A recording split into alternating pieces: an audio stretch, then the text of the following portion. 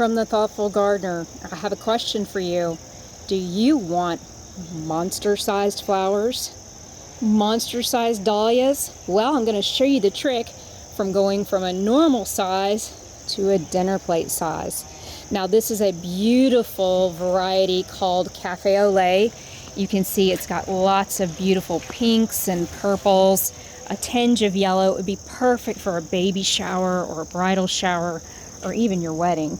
But I am absolutely in love with this variety. I get them from Old House Gardens and Summer Dream Farms, and I overwinter them in perlite. So these are now 2 years old. They were successfully overwintered, but you can see that I have different sized ones because I've not been so faithful about pinching the side buds. What do you mean by that, Heather? Well, when you see that your flower is sending up buds like this one, you can see there are multiple buds on this plant. And what we want to do is we want to pinch off the competing buds.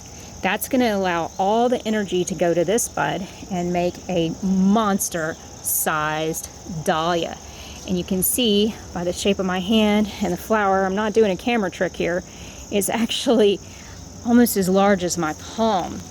So if you want beautiful, gorgeous, dinner plate sized dahlias, first is picking the right variety. Not every variety is going to do this. Cafe Au Lait is one of those varieties, and you'll want to look for those available probably later this fall.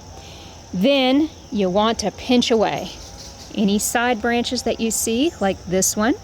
You definitely want to pinch that flower and remove it, so all the energy will be going to this bud right here, so we can have monster-sized dahlias. Garden thoughtfully and take care.